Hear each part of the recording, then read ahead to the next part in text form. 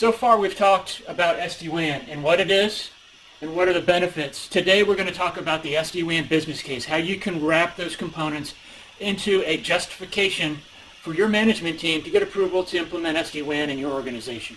Looking forward to having that conversation with you. Okay, so SD-WAN is dominating the wide area networking technology today. Why are companies moving towards SD-WAN in such a rapid fashion? Let's explore. We've talked about what SD-WAN is and what the imperative is behind SD-WAN. The network is changing. It's no longer data center focused. Now it is cloud focused. So a new networking topology is required. We've also talked about the benefits, things like visibility and scale and application performance. And today we're going to talk a little bit about cost. I've been promising to do that for quite a while. And we're going to boil that down into a concise and clear business case that you can present to your management team. So I'm Steve Murphy. I'm a vice president at ARG, and I've helped hundreds of clients build technology business cases. We always start with business drivers when we're building a business case. If your project does not align with the larger business drivers of the organization, it's not going to be a priority. So what are your key business drivers within your organization? Typical business drivers might include growth, they might include expense reduction, or they might be digital transformation. At a high level, SD-WAN supports all of these strategic initiatives. From a growth perspective, you're going to get scale, you're going to get agility, and you're going to get centralized orchestration.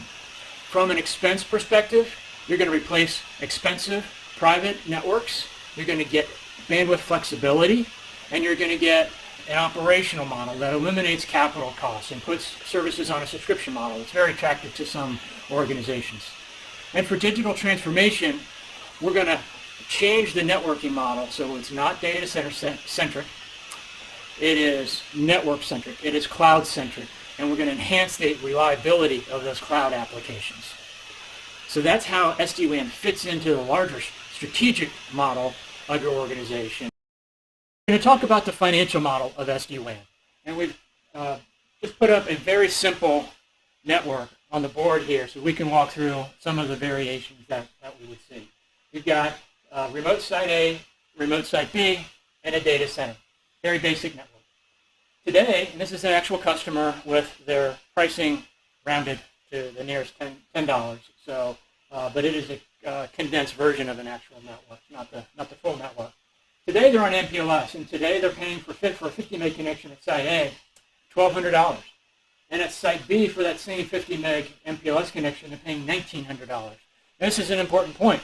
That MPLS provider probably did not have an affordable local access provider. The circuit within that MPLS network going to site B is very expensive, driving a big difference in essentially the same bandwidth for the MPLS service.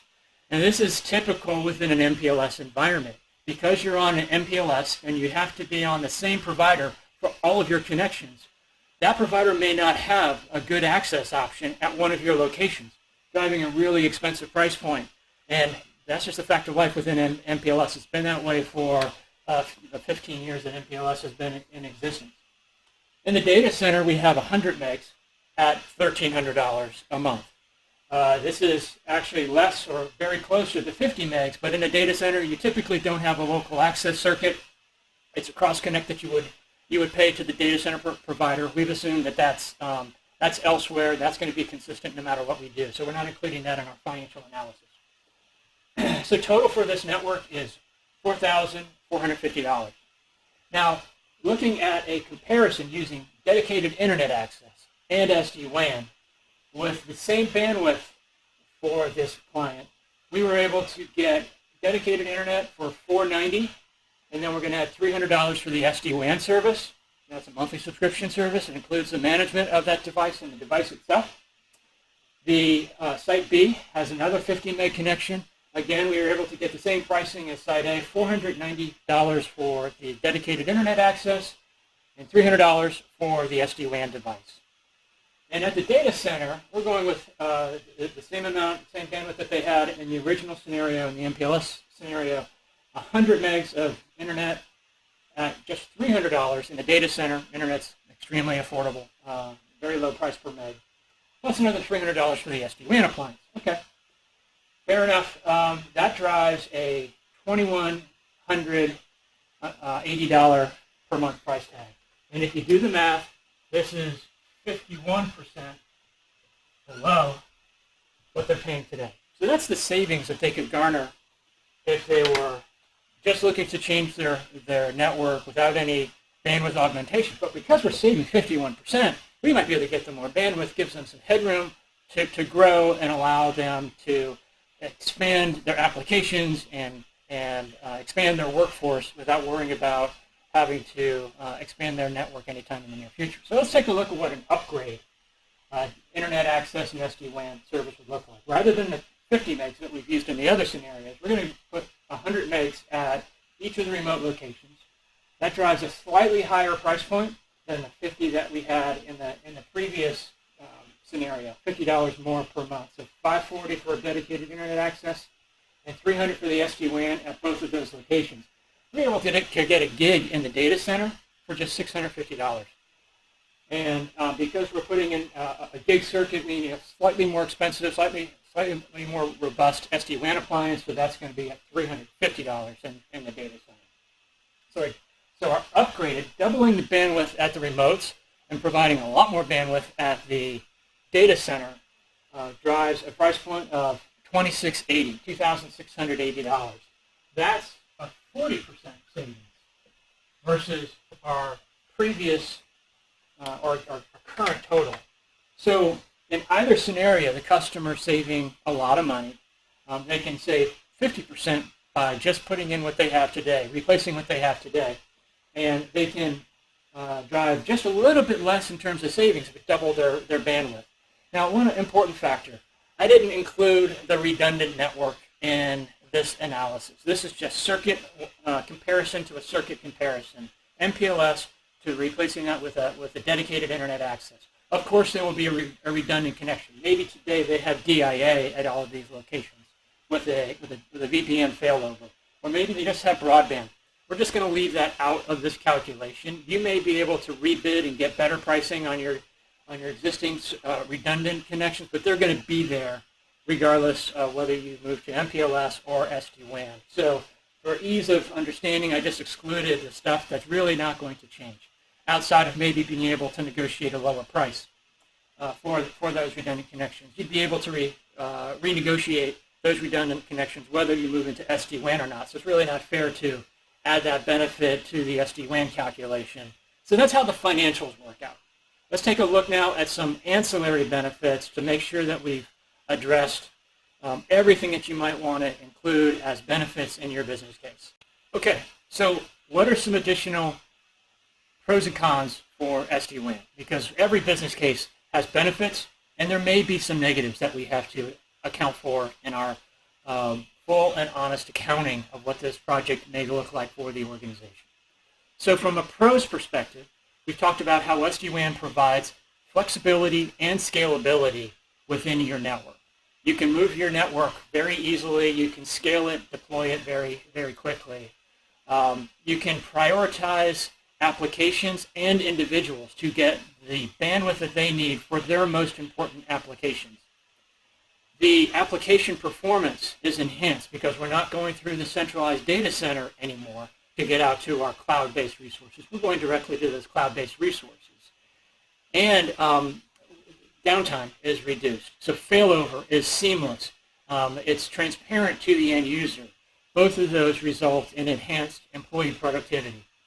Now, when we are growing our network, when we're launching new sites, we can take advantage of most SD-WANs have a zero-touch provisioning platform that allows you with a basic configuration on a device to go off and have a set of smart hands, plug the device in, plug an internet connection in. It will pull down the configurations, the policies, and all the orchestration rules that you've established for the global network or your larger network.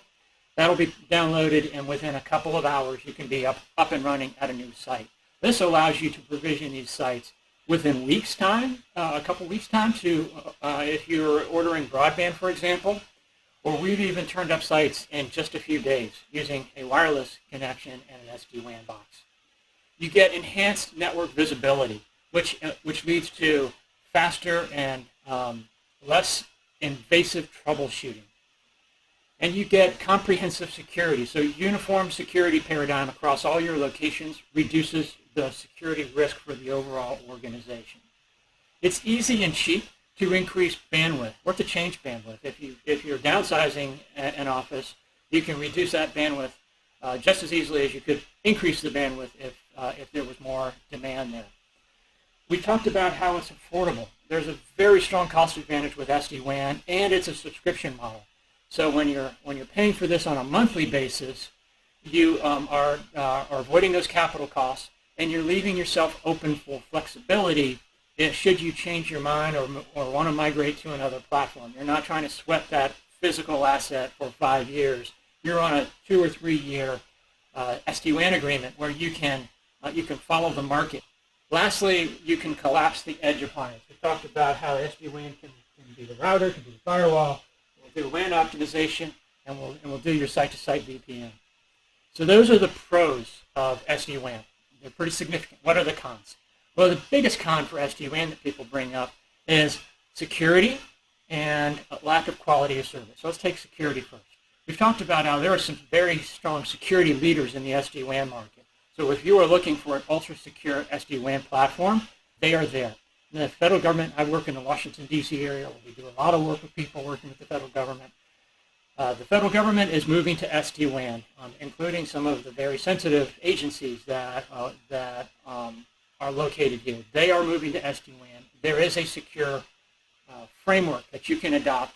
For example, FIPS 140-2 encryption. There is a platform out there that I believe can address your security needs.